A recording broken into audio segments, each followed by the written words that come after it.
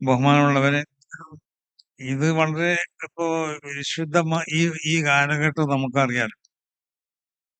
നബി സല്ലല്ലാഹു അലൈഹി വസല്ലമ തങ്ങൾ പറഞ്ഞതുപോലെ ലാ യഅതി അലൈക്കും യൗമുൻ ഇല്ലാ അഖല്ലു ഇൽമൻ മിമ്മാ ഖബ്ലഹു. ഓരോ ദിവസം പരിശോധിച്ച് നോക്കിയാലും ആ ദിവസം അതിന് മുമ്പുള്ള ദിവസത്തിനേക്കാൾ ശർഈയാവുന്ന ഇൽമു കൊണ്ട് അറിയുന്ന ആളുകൾ കുറഞ്ഞ കാലഘട്ടമായിരിക്കും. അപ്പൊ നമുക്കൊക്കെ ഒരു സംശയം ഉണ്ടാവും, മുമ്പുള്ളതിനേക്കാള് ആയിരക്കണക്കിന് അല്ലെങ്കിൽ പതിനായിരക്കണക്കിന് പണ്ഡിതന്മാരല്ലേ നമ്മൾ കേരളത്തിലുള്ള പല സ്ഥാപനങ്ങളിൽ നിന്നും വാർത്തു വിടുന്നത്. അപ്പോ പിന്നെ എങ്ങനെ ഇൽമു കുറഞ്ഞ ഒരു കാലഘട്ടമാവുക? അത് ഞാൻ പിന്നെ പറയും, ഇത് എങ്ങനെയാണ് ഇൽമു കുറഞ്ഞ കാലഘട്ടം ഇതിനെ പറ്റി പറയണത്. അപ്പോ ഓരോ കാലഘട്ടം ഈ ദിവസത്തിന്റെ സ്ഥിതി അങ്ങനെയാണെന്നാണ് റസൂലുള്ളാഹി പറഞ്ഞത്. അതാണ് നമ്മൾ ഇന്ന് അനുഭവിച്ചു കൊണ്ടിരിക്കുന്നത്. പണ്ഡിതന്മാരെന്ന് പറയപ്പെടാൻ പറ്റുന്ന ഒരുപാട് ആളുകൾക്ക് ഓരോ വർഷവും നമ്മൾ സന്നദ്ധ നൽകപ്പെടുക. ഓരോ സ്ഥാപനത്തിൽ നിന്നും 300, 400, 500, ആയിരക്കണക്കിന് നമ്മുടെ സമസ്ത കേരള ജമിയത്തുൽ ഉലമയുടെ സ്ഥാപനങ്ങളിൽ നിന്നും മറ്റുള്ള സുന്നി സ്ഥാപനങ്ങളിൽ നിന്നൊക്കെ ഒരുപാട് പണ്ഡിതന്മാർക്ക് സനത് കൊടുത്തുകൊണ്ട് അവരെ ദീനിയ ഖിദ്മത്തിന് വേണ്ടി ഇവിടെ ഏൽപ്പിക്കപ്പെട്ടിരിക്കുകയാണ്. പിന്നെ എങ്ങനെ ഇൽമു കുറയാന്ന് ചോദിച്ചാൽ, യഥാർത്ഥ പണ്ഡിതനിക്ക് ഉണ്ടാവേണ്ട സ്വഭാവം പണ്ഡിതന്മാരിൽ ഇല്ലാതെയാവുമ്പോൾ പിന്നീട് കാണപ്പെടുന്നതൊക്കെ അതിന്റെ കോലങ്ങൾ മാത്രമായി, രൂപങ്ങൾ മാത്രം. കാരണം ഏതൊരു നന്മകൾ നമ്മൾ ചെയ്യുമ്പോഴും ആ നന്മകൾക്ക് അടിസ്ഥാനപരമായി ഉണ്ടാവേണ്ട ചില ഗുണങ്ങളുണ്ട്. ഏത് നന്മകളും ഈമാനിൽ നിന്നുണ്ടായിത്തീരണം എന്നാണ്. ഈമാനിൽ നിന്നുണ്ടായിത്തീരുക എന്ന് പറഞ്ഞ ആ വാക്കിന്റെ അർത്ഥം, ഒരു മനുഷ്യൻ മോമിനായി കഴിഞ്ഞാൽ അവന്റെ ഹൃദയത്തിലേക്ക് ഈമാൻ കടന്നു വന്നാൽ ആ ഈമാനിനെ അവിടെ വളർന്ന് വികസിക്കാൻ പറ്റിയതായ അവസ്ഥ അവനുണ്ടാക്കണം ആദ്യം.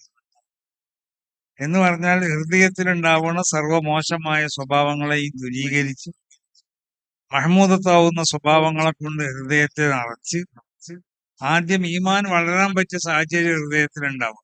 എന്നാലും ഈമാൻ വളരുള്ളൂ. ഈമാൻ വളരില്ല എന്നുള്ളത് വേറൊരു അഭിപ്രായം. അത് ഈമാൻ യസീദു വയൻഖുസ് മുഹദ്ദിഖീങ്ങൾക്കുള്ള അഭിപ്രായ പ്രകാരം ഈമാൻ വളർന്നുകൊണ്ടേയിരിക്കും. മഹാനാവുന്ന ഇമാം റാസി തങ്ങൾ ഒരിക്കല് നൈസാബൂറിൽ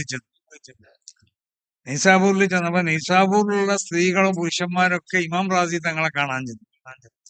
ആരാണ് ഇമാം റാസി തങ്ങൾ? മഫാത്തിഹുൽ ഗൈബ് എന്ന പേരിൽ തഫ്സീറുൽ കബീർ എന്ന് പറയുന്ന ഒരു വലിയ തഫ്സീറിന്റെ ഗ്രന്ഥം രചിച്ച, തഫ്സീറിന്റെ ഗ്രന്ഥം മാത്രമല്ല എല്ലാ പന്നിലും കിതാബുകൾ രചിച്ച മഹാനാണ് ഇമാം റാസി. അപ്പൊ ഇമാം റാസി തങ്ങളെ കാണാന് നൈസാബൂരിലുള്ള സ്ത്രീകളും പുരുഷന്മാരൊക്കെ വന്ന്, ഒരു സ്ത്രീ മാത്രം വന്നില്ല, അവിടെ ഉള്ളൊരു വൃദ്ധയായ ഒരു സ്ത്രീ. അപ്പൊ ആളുകൾ ചോദിച്ചു, നീ എന്തിയെ മഹാനാവുന്ന ഇമാം റാസി തങ്ങളെ കാണാൻ വരാഞ്ഞ്? ആരാണ് ഇമാം റാസി തങ്ങൾ എന്ന് നിനക്കറിയോ? 1000 ചില്ലാനം ലക്ഷ്യങ്ങൾ ഉപയോഗിച്ചുകൊണ്ട് അല്ലാഹു സുബ്ഹാനഹു വ തആല ഏകനാണ് എന്ന് സ്ഥിരപ്പെടുത്തിയ വലിയ മഹാനാണ്. അള്ളാഹുവിന്റെ സിഫാത്തുകളെ സ്ഥിരപ്പെടുത്തിയ ആളാണ്. അള്ളാഹുവിന്റെ അസ്മാകളെ സ്ഥിരപ്പെടുത്തിയ ആളാണ് മഹാനാവുന്ന ഇമാം റാസി തങ്ങൾ. 1000 ചില്ലാനം ലക്ഷ്യങ്ങൾ ഉപയോഗിച്ചുകൊണ്ട് അങ്ങനത്തെ വലിയ മഹാപണ്ഡിതൻ ഇവിടെ നൈസാബൂരിൽ വന്നപ്പോ നീ എന്ത് കാണാൻ വരാഞ്ഞെന്ന് നൈസാബൂക്കാരാവുന്ന ആളുകളൊക്കെ ഈ സ്ത്രീയോട് ചോദിച്ചു. അപ്പൊ ഈ സ്ത്രീ പറഞ്ഞൊരു മറുപടി ഉണ്ട്, ഞാൻ പിന്നെ എനിക്ക് അള്ളാഹ് വാഹിദാണ്, അള്ളാഹ് ഏകനാണെന്ന് വിശ്വസിക്കാൻ, അള്ളാഹുവിന്റെ സിഫാത്തുകളെ പറ്റി വിശ്വസിക്കാനൊന്നും ഈ 1000 ലക്ഷ്യങ്ങളിലേക്കൊന്നും ആവശ്യമില്ല.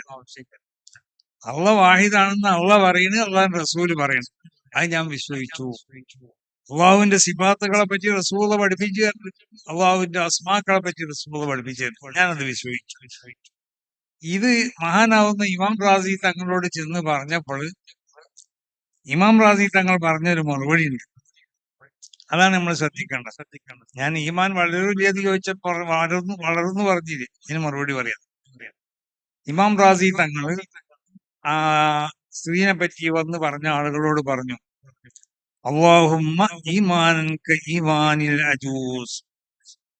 പഠിച്ച തമ്പുരാനെ ഈ വെറുതെയാവുന്ന സ്ത്രീകളുടെ ഈമാൻ പോലത്തെ ഈമാൻ നമ്മൾക്ക് കൊണ്ടാന്ന് നമ്മൾ പറഞ്ഞു. അല്ലാഹുമ്മ ഈമാനൻ ഈമാനി അബീബക്കർ, അബൂബക്കർ റളിയല്ലാഹു അൻഹുവിന്റെ ഈമാൻ പോലത്തെ ഒരു ഈമാനിനെ കൊണ്ടാണ്. കാരണം എന്തുകൊണ്ട്? റസൂലുള്ള ബഹിരാകാശ സഞ്ചാരം നടത്തി വന്നു.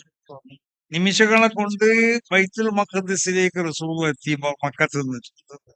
ഇതൊക്കെ കഴിഞ്ഞ് വന്ന് പറഞ്ഞപ്പോൾ ആ ബൈത്തുൽ മഖ്ദിസിന്റെ സ്വഭാവങ്ങളോ അവിടുത്തെ പള്ളിയുടെ സ്വഭാവങ്ങളോ ഒന്നും ചോദിക്കാതെ നബിന്റെ ബഹിരാകാശ സഞ്ചാരം എങ്ങനെയെന്ന്, ഏത് പേടകത്തിലാണെന്നോ അങ്ങനെ സഞ്ചരിക്കാൻ കഴിയും, ഇതിനെ പറ്റി ഒന്നും ചോദിച്ചില്ല.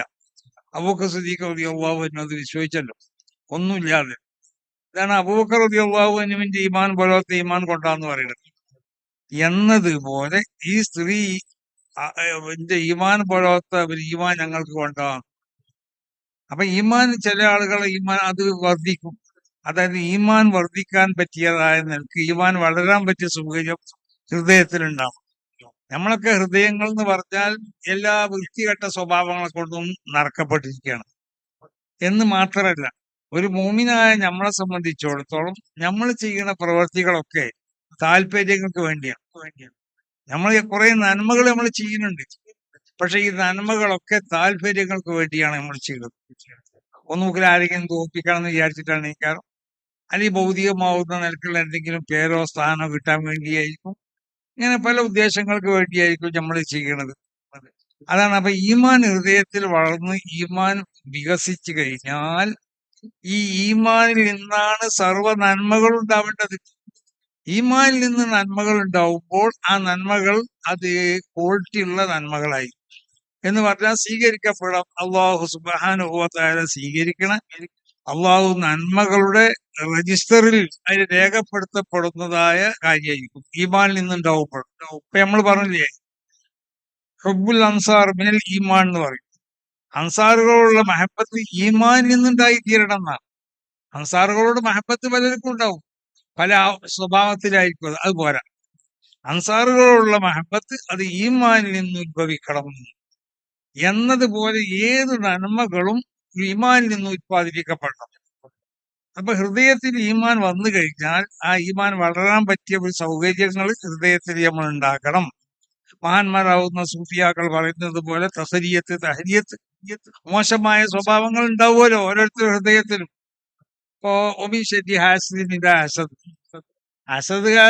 അസദ് ഉണ്ടായാൽ എന്നല്ല, ഒമിൻ ഷെറ്റി ഹാസിദിൻ ഇതാ അവന്റെ ഇതാ അള്ളാഹ് അസദ് മൂന്ന് അയിമത്ത്. എനിക്ക് അർത്ഥം പറയാൻ കാരണം എന്താ?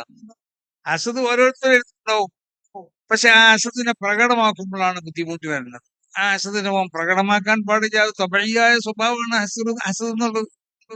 ഇപ്പൊ മനുഷ്യന്റെ ഹൃദയത്തിൽ വൃത്തികെട്ട പല സ്വഭാവങ്ങളുണ്ടാവും. അതല്ലേ വദറുൽ ഫവാഹിശ മാ ദഹറ മിൻഹ വമാ ബതന്ന, എല്ലാ വൃത്തികേടുകളും ഒഴിഞ്ഞിക്കണം കഴിയണത്ര. എന്നാൽ ഹൃദയത്തിൽ ഉണ്ടാവുന്ന വൃത്തികേടുകളെ തൊട്ട് ഹൃദയത്തിനെ ശുദ്ധമാക്കണം. എന്നാൽ ഈമാൻ അവിടെ വളരുള്ളൂ. ഈമാൻ വളർന്നു കഴിഞ്ഞ് ആ ഈമാനിൽ നിന്നാണ് ഉത്പാദിപ്പിക്കപ്പെടേണ്ടത്. നന്മകളെ ഉത്പാദിപ്പിക്കപ്പെടേണ്ടത് ഈമാനിൽ നിന്നാണ്. ഈമാനിൽ നിന്ന് ഉത്പാദിപ്പിക്കപ്പെടുമ്പോൾ ആ നന്മകൾക്ക് അടിസ്ഥാനപരമായി ഉണ്ടാവേണ്ട എല്ലാ ഗുണങ്ങളും ഉണ്ടാവും. അങ്ങനല്ലേ? ഒരു നിയ്യത്ത് എത്രമാത്രം ശക്തമത്താണോ അത്രമാത്രം ശക്തമത്തായിരിക്കും ആ നിയ്യത്ത് മുഖേന ഉണ്ടായിത്തീരുന്ന പ്രവർത്തനങ്ങൾ. അപ്പൊ ശക്തമത്തായ നിയ്യത്ത് ഉണ്ടാവണമെന്നുണ്ടെങ്കിൽ അതിന്റെ ബായിസ്, അതിനെ പ്രേരിപ്പിച്ച സംഗതി എന്താവണം? ഈമാനാവണം. അപ്പൊ ഈമാനിൽ നിന്ന് നന്മകൾ ഉണ്ടാക്കി തീർക്കുമ്പോൾ അതിന് വേണ്ട ഗുണങ്ങളൊക്കെ ഉണ്ടാവും. ആ നിലക്കാവണം നമ്മളെ ദീനിയായ ഏത് ഖിദ്മത്തുകളും. നമ്മൾ ഇതുപോലെ സ്ഥാപനങ്ങൾ ഉണ്ടാക്കുന്നത്, സ്ഥാപനങ്ങളിൽ വന്ന് പഠിക്കുന്നത്, നമ്മൾ പഠിപ്പിക്കുന്നത്, ഇതൊക്കെ നമ്മളെ ഈമാനിൽ നിന്നാവണം ഉണ്ടായിത്തീരുന്നത്. അങ്ങനെ ഉണ്ടായിത്തീരുമ്പോൾ അതിനുണ്ടാവേണ്ട അടിസ്ഥാനപരമായ ഗുണങ്ങളും ഉണ്ടാവും. അപ്പൊ നമ്മളൊക്കെ നമ്മളെ പ്രവൃത്തികളൊക്കെ ഈമാനിൽ നിന്ന് ഉത്പാദിപ്പിക്കപ്പെടാൻ വേണ്ടി നമ്മൾ ശ്രമിക്കണം. കാരണം ഈ കാലഘട്ടം എന്ന് പറഞ്ഞാൽ റസൂൽ പറഞ്ഞതുപോലെ മാതാവും ലൈലത്ത മിനൽ ഫിത്ർ എന്ന് പറഞ്ഞല്ലോ. ഇന്നലെ രാത്രിയിൽ ഭാര്യമാരും ഭർത്താക്കന്മാരും തമ്മിൽ അവര് പിന്നെ ബന്ധപ്പെടുമ്പോൾ എത്ര ഫിത്നന്റെ മക്കളെയാണ് ഇവിടെ ഉത്പാദിപ്പിക്കപ്പെട്ടതെന്ന്. ഓരോ രാത്രിയും ഉത്പാദിപ്പിക്കപ്പെടുന്ന സന്താനങ്ങൾ അത് ഇവിടെ ഫിത്ന ഉണ്ടാക്കുന്ന സന്താനങ്ങളായിരിക്കും. അങ്ങനത്തെ കുറെ സന്താനങ്ങളെ ഓരോ കാലഘട്ടത്തിലും ഉത്പാദിപ്പിക്കപ്പെടും. ഈ കാലഘട്ടം അങ്ങനെ തന്നെ. ഈ കാലഘട്ടത്തിൽ അത് കുറച്ച് അധികമായി പോയി. അപ്പോ മാതാവും ലൈലത്ത മിനൽ ഫിത്തൻ എന്ന് പറയുമ്പോൾ ഓരോ രാത്രിയിലും ഒരുപാട് ഫിത്തനന്റെ സന്താനങ്ങൾ ഇവിടെ എന്താകുന്നുണ്ട്, ഉത്പാദിപ്പിക്കപ്പെടുന്നുണ്ട്. അപ്പൊ അത് ആ ഫിത്തനകൾ ഇവിടെ നിറഞ്ഞുകൊണ്ടേയിരിക്കും. അത് ചില കാലഘട്ടത്തിൽ അതിൻ്റെതായ സ്വഭാവങ്ങളുണ്ട്. അപ്പൊ പണ്ഡിതന്മാർ ഇവിടുന്ന് സനത് വാങ്ങി പുറത്തിറങ്ങുന്ന നിങ്ങളോട് പ്രത്യേകമായി പറയാനുള്ളത്, നിങ്ങൾ അമ്പിയാക്കന്മാരുടെ വാരിസ്യങ്ങൾ